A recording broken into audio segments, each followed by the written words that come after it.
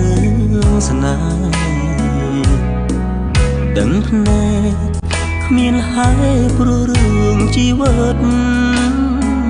ជានាងចំរៀងមានឈ្មោះល្បីពិត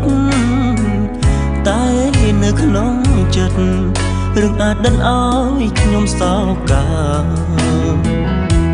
ធ្លាប់រួមរងពីនាងបងប្អូនក្រលំបានជាកូនកំព្រី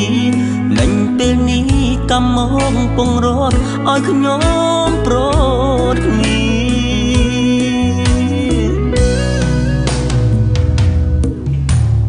បងអើយតើបងនៅទីណាតើបងមានលឺខ្ញុំស្រែករងបងទេកាលគ្រាមុនបងធ្លាប់ថ្នាក់ថ្នមប្អូនក្រុមនេះទីប្អូនធ្វើខំបងប្រងអប់រំប្អូនប្រជានេ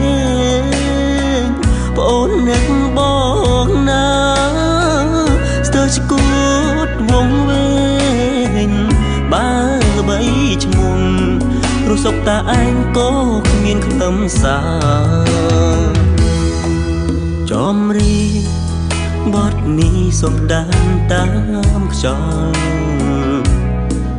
ប្រាំដល់បងប្រុសថាប្អូនឯកាមករងប្អូនផងណាបងប្រុសណាចង់ប្រាំថាអូនប្រុសម្នាក់នេះនៅរងចាំបង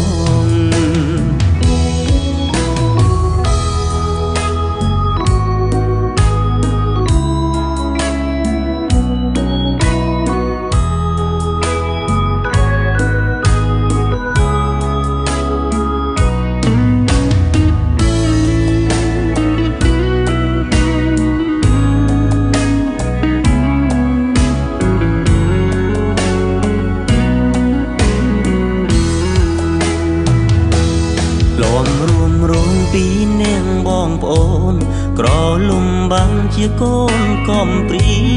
លេញពេលនេះកម្មមកពងរត់ឲ្យខ្ញុំប្រត់គ្នា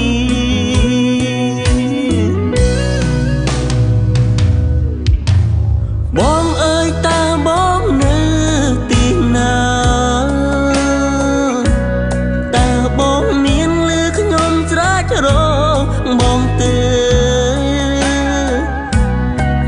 គ្រាមុនបងធ្លាប់ថ្នាក់ថ្នមប្អូនក្រុមនេះទី